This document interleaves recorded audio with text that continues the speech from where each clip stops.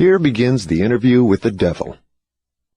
I have uncovered the secret code by which I can pick up your thoughts. I have come to ask you some very plain questions. I demand that you give me direct and truthful answers. Are you ready for the interview, Mr. Devil? Yes, I am. But you must address me with more respect. During this interview, you will address me as Your Majesty. By what right do you demand such royal respect? You should know I control 98% of the people of your world. Do you not think that entitles me to rate as royalty? Have you proof of your claim? Yes, plenty of it. Of what does your proof consist? Of many things. If you want answers, you will address me as Your Majesty. Some things you will understand, some you will not. In order that you may get my viewpoint, I shall describe myself and correct the false notions people have of me and my place of abode. That is a fine idea, Your Majesty. Start by telling me where you live, then describe your physical appearance. My physical appearance? Why, my dear Mr. Earthbound, I have no physical body. I would be handicapped by such an encumbrance as those in which you earthbound creatures live. I consist of negative energy, and I live in the minds of people who fear me. I also occupy 1/2 of every atom of physical matter and every unit of mental and physical energy. Perhaps you will better understand my nature if I tell you I am the negative portion of the atom. Oh, I see what you are preparing to claim. You are laying the foundation to say that if it were not for you, there would be no world, no stars, no electrons, no atoms, no human beings, nothing. Is that correct? True. Absolutely true. Well, if you only occupy 1/2 of energy and matter, who occupies the other half? The other half is occupied by my opposition. Opposition? What do you mean? The opposition is what you earthbound call God. So you have the universe divided up with God. Is that your claim? Not my claim, but the actual fact. Before this interview is finished, you will understand why my claim is true. You will also understand why it has to be true, or there could be no world such as yours, no earthbound creatures such as you. I am no beast with a forked tongue and a spiked tail. But you do control the minds of 98 out of every 100 people. You said so yourself. Who causes all the misery in this 98% devil-controlled world if you do not? I have not said that I do not cause all the misery of the world. On the other hand, I boast of it.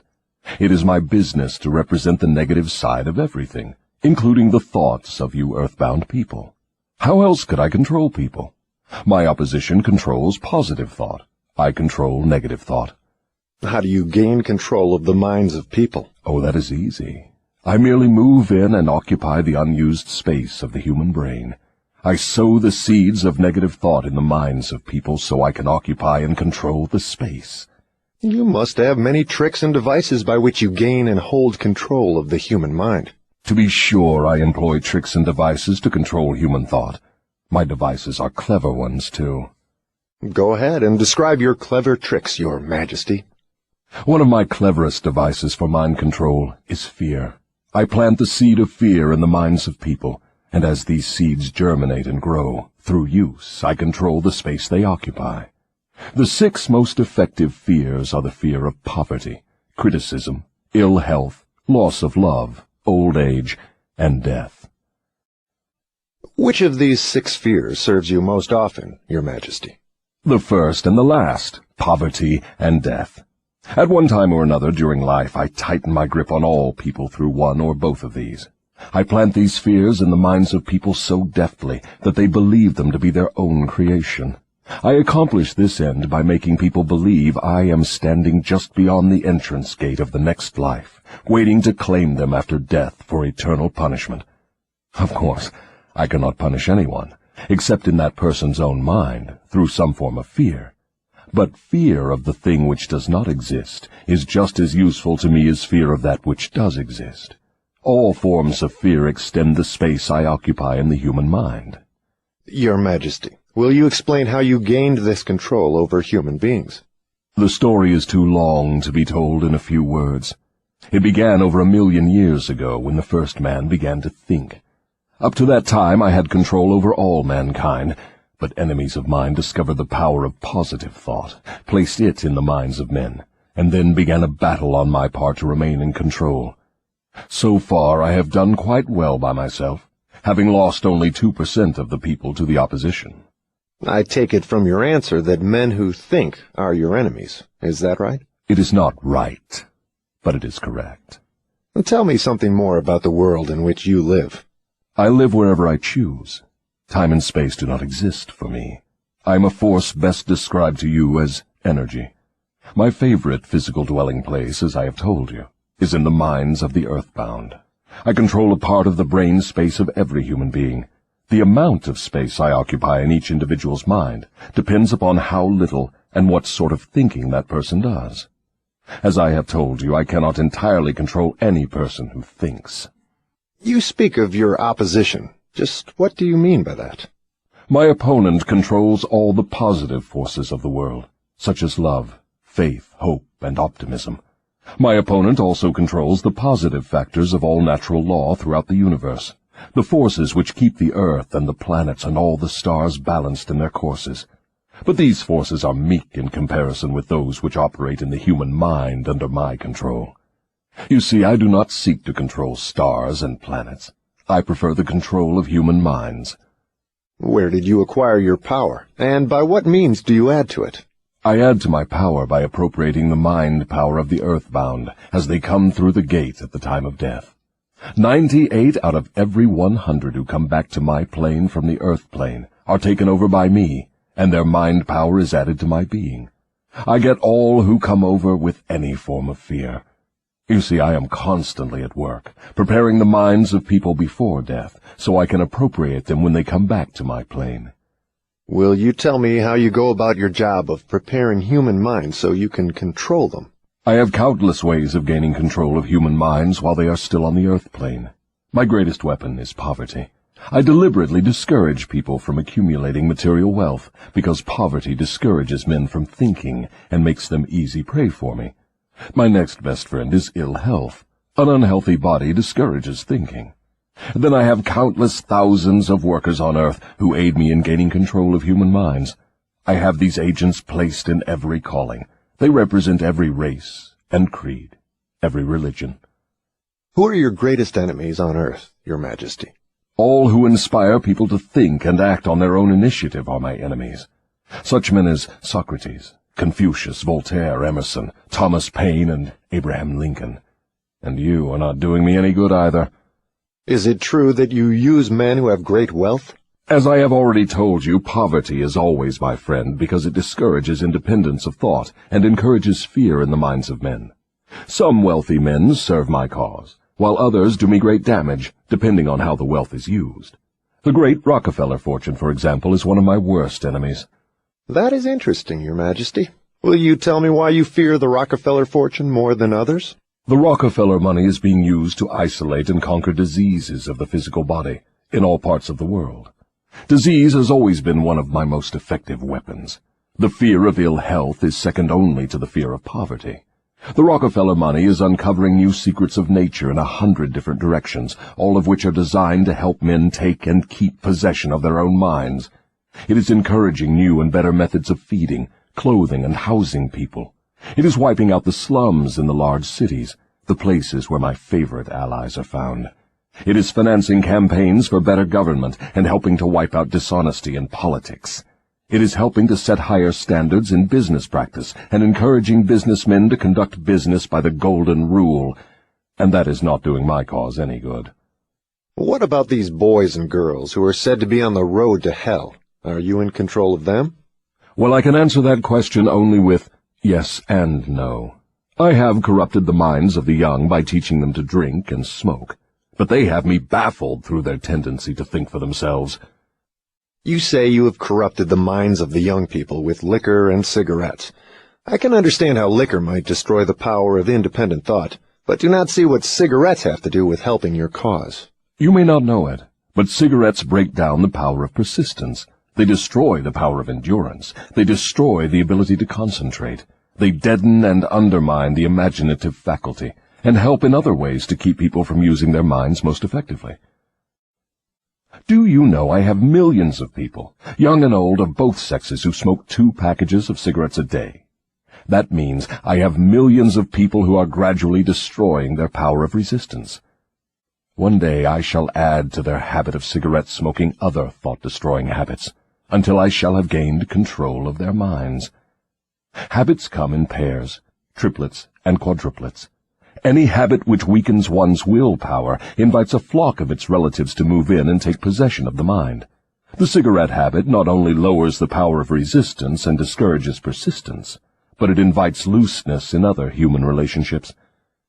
I never thought that cigarettes were a tool of destruction, Your Majesty, but your explanation throws a different light on the subject. How many converts to the habit do you now claim? I am proud of my record. Millions are now victims, and the number is increasing daily. Soon I shall have most of the world indulging in the habit. In thousands of families I now have followers of the habit, including every member of the family. Very young boys and girls are beginning to take up the habit. They are learning how to smoke by observing their parents and older brothers and sisters. Which do you consider to be your greater tool for gaining control of human minds, cigarettes or liquor? Without hesitation, I would say cigarettes. Once I get a young person to join my 2-package-a-day club, I have no trouble in inducing that person to take on the habit of liquor, overindulgence of sex, and all other related habits which destroy independence of thought and action.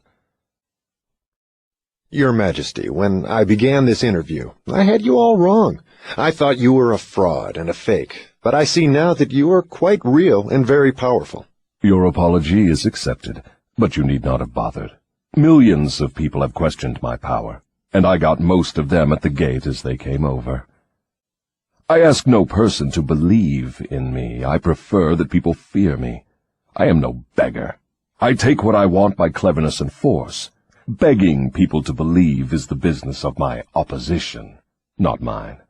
Your Majesty will please pardon my rudeness, but I would not be able to look myself in the face again if I did not tell you, here and now, that you are the damnedest fiend ever to be turned loose on innocent people. I always had the wrong conception of you. I thought you were kind enough to let people alone while they were living, that you merely tortured their souls after death. Now I learn from your own brazen confession that you destroy their right to freedom of thought and cause them to go through a living hell on earth. What do you have to say to that? I get what I want by exercising self-control. It is not so good for my own business, but I suggest you emulate me instead of criticizing me. You call yourself a thinker, and you are. Otherwise you would never have forced this interview on me. But you will never be the sort of thinker that frightens me unless you gain and exercise greater control over your own emotions. Let us get away from personalities. I came here to learn more about you, not to discuss myself. Please go ahead and tell me of the many tricks you have devised for gaining control of the human mind. What is your most powerful weapon just now? That is a difficult question to answer. I have so many devices for entering human minds and controlling them that it is difficult to say which are the most powerful. Right at the moment I am trying to bring about another world war. My friends here in Washington are helping me to involve America in the war. If I can start the world to killing on a wholesale basis, I shall be able to put into operation my favorite device for mind control. It is what you call mass fear. I used this device to bring about the other World War in 1914. I used it to bring about the economic depression in 1929. And if my opposition had not double-crossed me, I would now be in possession of every man, woman, and child in the world. You can see for yourself how near I came to world domination, the thing I have been struggling to attain for thousands of years. Yes, I see your point. Who wouldn't? You are a very ingenious manipulator of the minds of people. Is your devilish business carried on only through people of high position and great influence? Oh, no. I use the minds of people in all walks of life. As a matter of fact, I prefer the type of person who makes no pretense of thinking. I can manipulate that sort of person without difficulty. I could not control 98% of the people of the world if all people were skilled in thinking for themselves. I'm interested in the welfare of those people whom you claim to control. Therefore, I wish you to tell me all of the tricks by which you enter and control their minds. I want a complete confession from you, so begin with your cleverest trick. This is suicide you are forcing on me, but I am helpless. So settle down, and I will place in your hands the weapon by which millions of your fellow earthbound will defend themselves against me. Tell me first about your most clever trick, the one you use to ensnare the greatest number of people. If you force me to give away this secret, it will mean my loss of millions of people now living, and still greater numbers of millions as yet unborn. I beg of you, permit me to pass this one question unanswered. So His Majesty the Devil fears a mere humble earthbound creature? Is that right? It is not right, but it is true. You have no right to rob me of my most necessary tool of trade. For millions of years I have dominated earthbound creatures through fear and ignorance. Now you come along and would destroy my use of these weapons by forcing me to tell how I use them. Do you not realize that you will break my grip on every person who heeds this confession you are forcing from me? Have you no mercy? Have you no sense of humor? Have you no sportsmanship? Stop stalling and start confessing. Who are you to ask mercy of one whom you would destroy if you could? Who are you to talk of sportsmanship and a sense of humor? You, who by your own confession have set up a living hell on earth, where you punish innocent people through their fears and ignorance. As for minding my own business, that is just what I'm doing when I force you to tell how you control people through their own minds.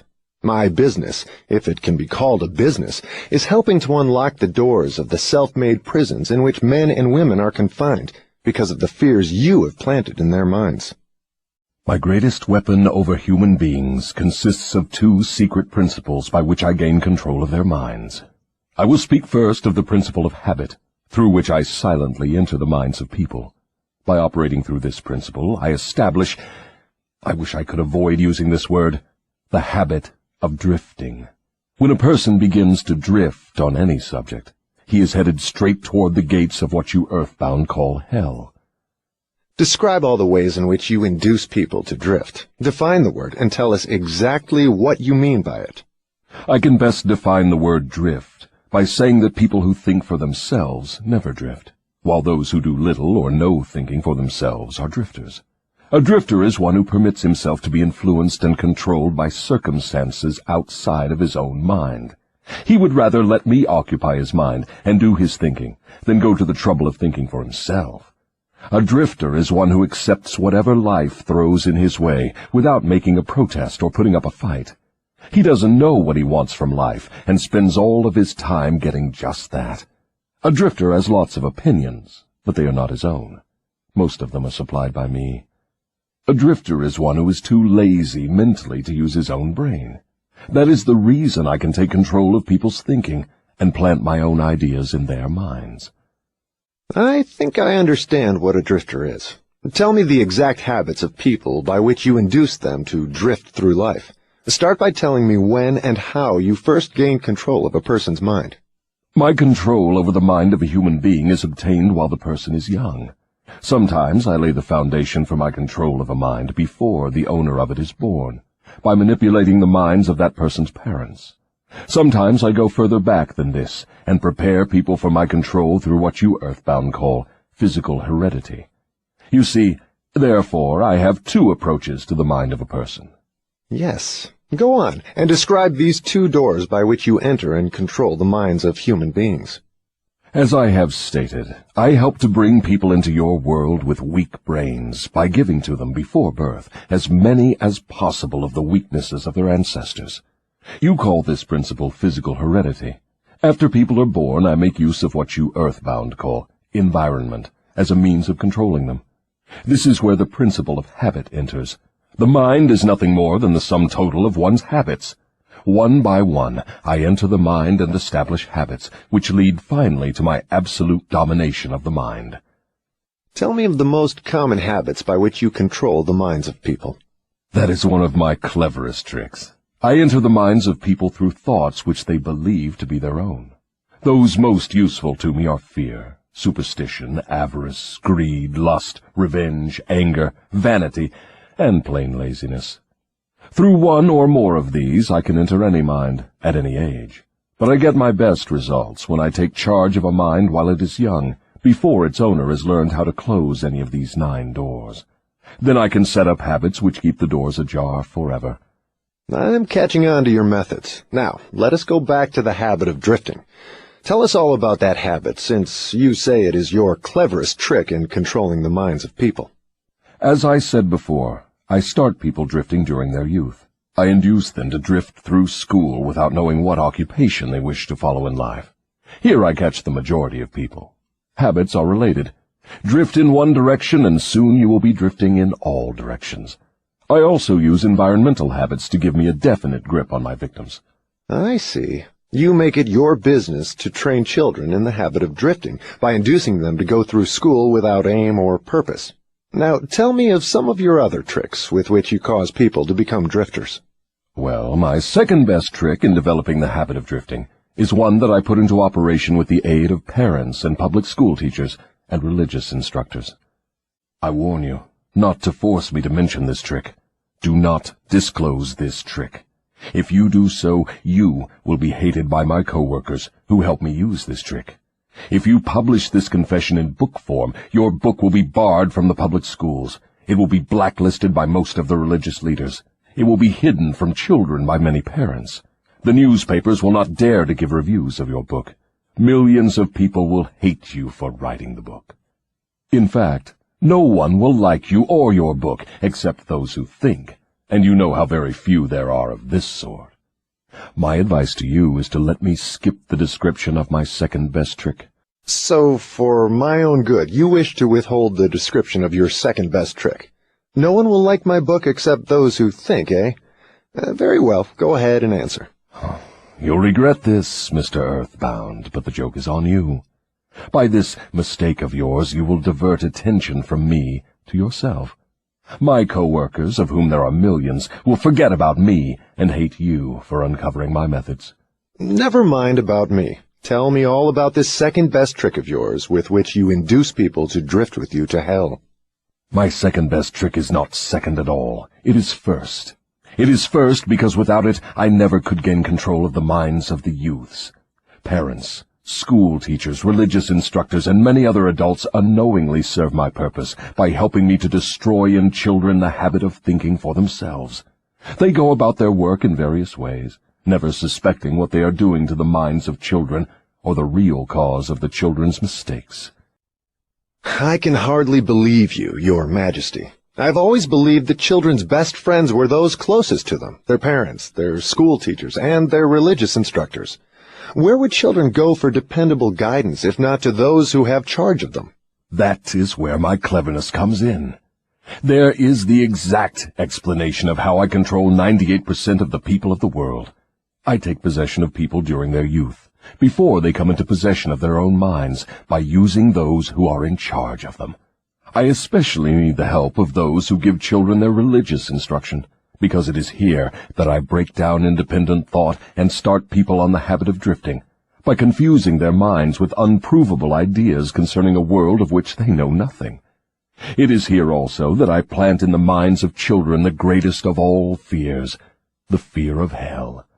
I understand that it is easy for you to frighten children with threats of hell, but how do you continue to make them fear you and your hell after they grow up and learn to think for themselves? Children grow up, but they do not always learn to think for themselves. Once I capture the mind of a child through fear, I weaken that child's ability to reason and to think for himself, and that weakness goes with the child all through life. Is that not taking unfair advantage of a human being by contaminating his mind before he comes into full possession of it? Everything is fair that I can use to further my ends. I have no foolish limitations of right and wrong. Might is right with me.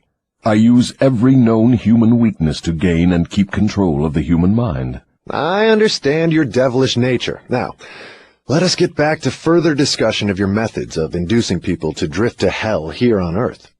From your confession, I see that you take charge of children while their minds are young and pliable. Tell me more of how you use parents, teachers, and religious leaders to ensnare people into drifting. One of my favorite tricks is to coordinate the efforts of parents and religious instructors, so they work together in helping me to destroy the children's power to think for themselves. I use many religious instructors to undermine the courage and power of independent thought of children by teaching them to fear me. But I use parents to aid the religious leaders in this great work of mine. How do parents help religious leaders destroy their children's power to think for themselves? I never heard of such a monstrosity. I accomplish this through a very clever trick. I cause the parents to teach their children to believe as the parents do in connection with religion, politics, marriage, and other important subjects. In this way, as you can see, when I gain control of the mind of a person, I can easily perpetuate the control by causing that person to help me fasten it upon the minds of his offspring. In what other ways do you use parents to convert children into drifters? I cause children to become drifters by following the example of their parents, most of whom I have already taken over and bound eternally to my cause. In some parts of the world, I gain mastery over children's minds and subdue their willpower in exactly the same way that men break and subdue animals of lower intelligence. It makes no difference to me how a child's will is subdued, as long as it fears something.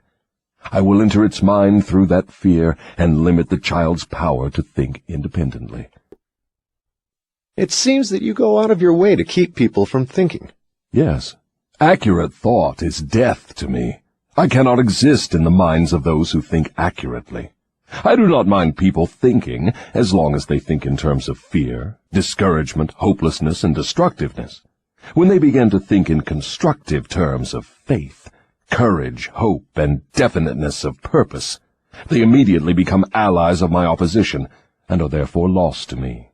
I'm beginning to understand how you gain control of the minds of children through the help of their parents and religious instructors, but I do not see how the school teachers help you in this damnable work. School teachers help me gain control of the minds of children, not so much by what they teach the children, as because of what they do not teach them. The entire public school system is so administered that it helps my cause by teaching children almost everything except how to use their own minds and think independently. I live in fear that someday some courageous person will reverse the present system of school teaching and deal my cause a death blow by allowing the students to become the instructors, using those who now serve as teachers only as guides to help the children establish ways and means of developing their own minds from within.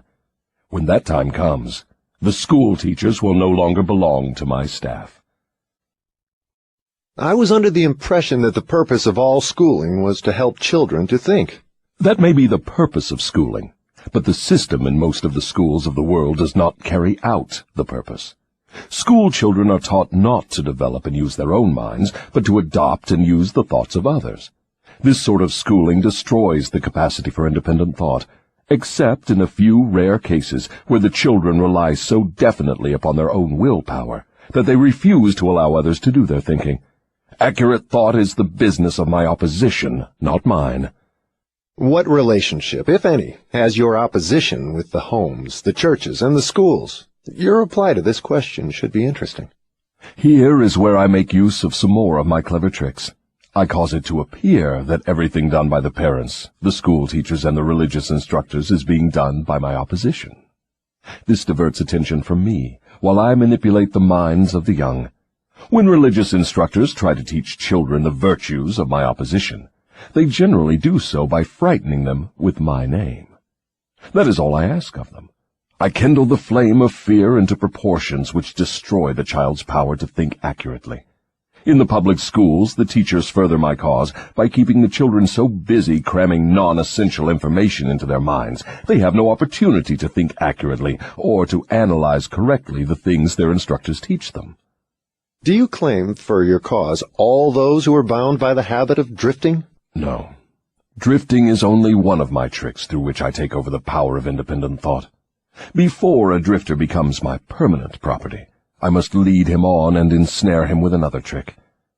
I will tell you about this other trick after I finish describing my methods of converting people into drifters.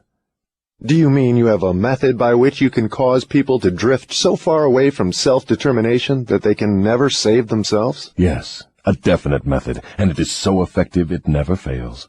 Do I understand you to claim your method is so powerful your opposition cannot reclaim those whom you have permanently ensnared through drifting? I claim just that. Do you think I would control so many people if my opposition could prevent me? Nothing can stop me from controlling people except people themselves. Nothing can stop me except the power of accurate thought. People who think accurately do not drift on any subject. They recognize the power of their own minds. Moreover, they take over that power and yield it to no person or influence. Go ahead and tell me more of the methods by which you cause people to drift to hell with you. I cause people to drift on every subject through which I can control independent thought and action. Take the subject of health, for example.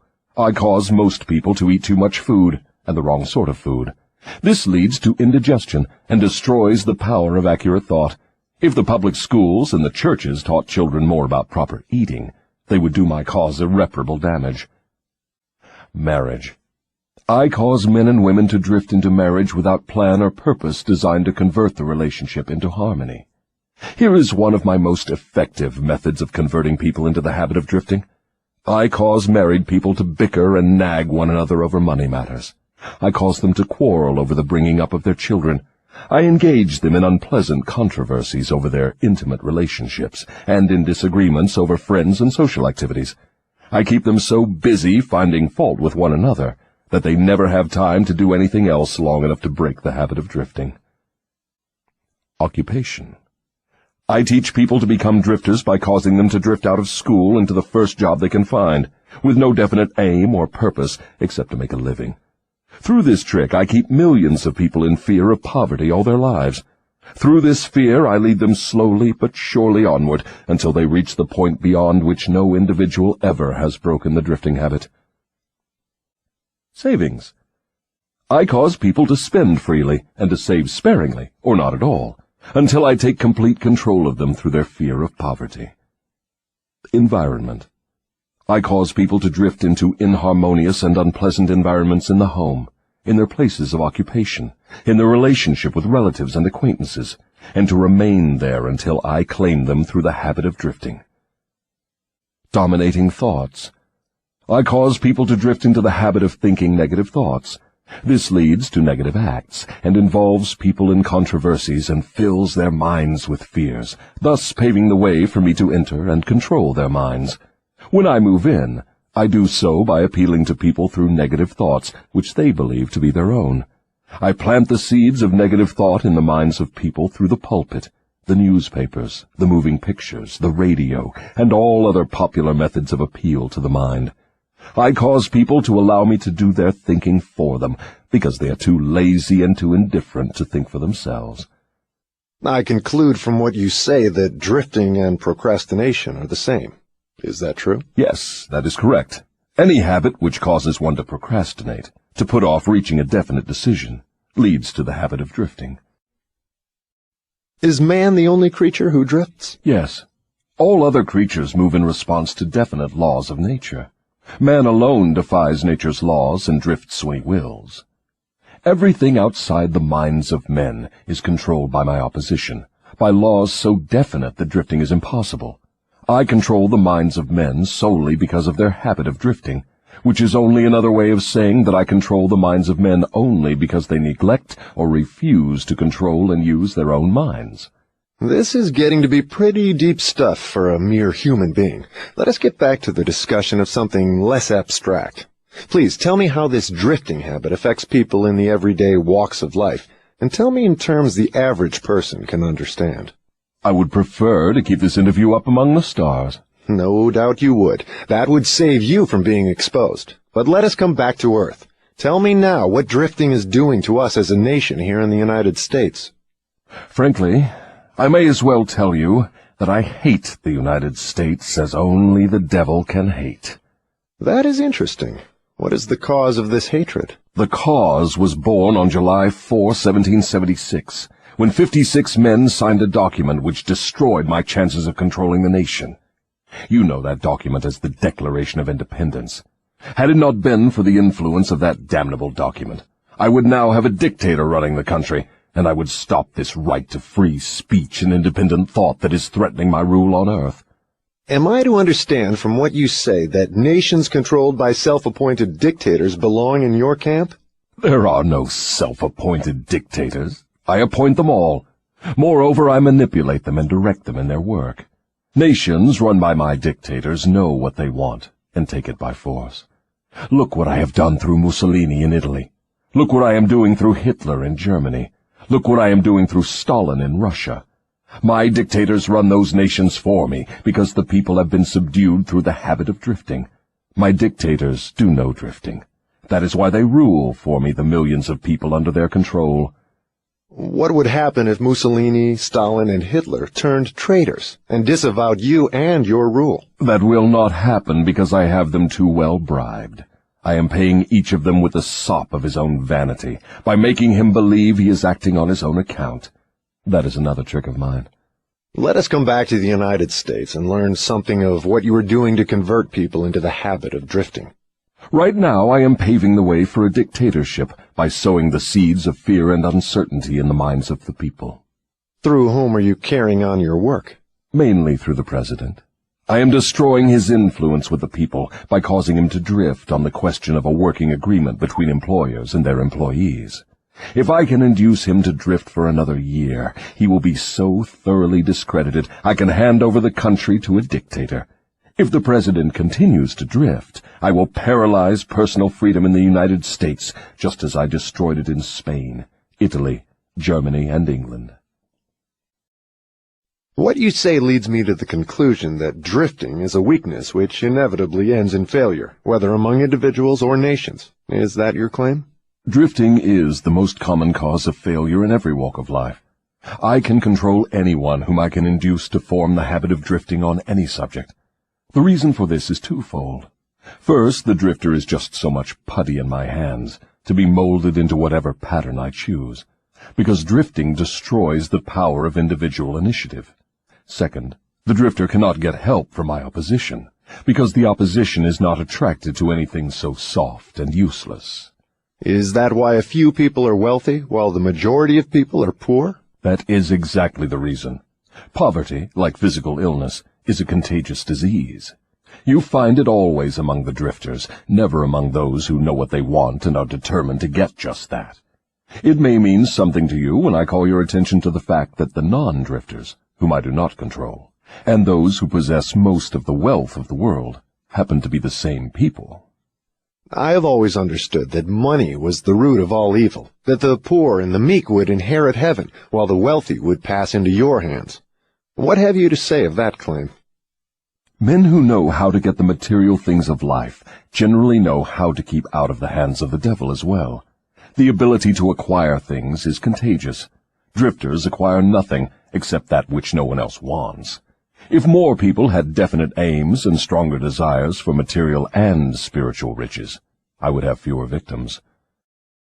I assume, from what you say, that you do not claim fellowship with the industrial leaders. Evidently, they are not friends of yours? Friends of mine. I'll tell you what sort of friends of mine they are.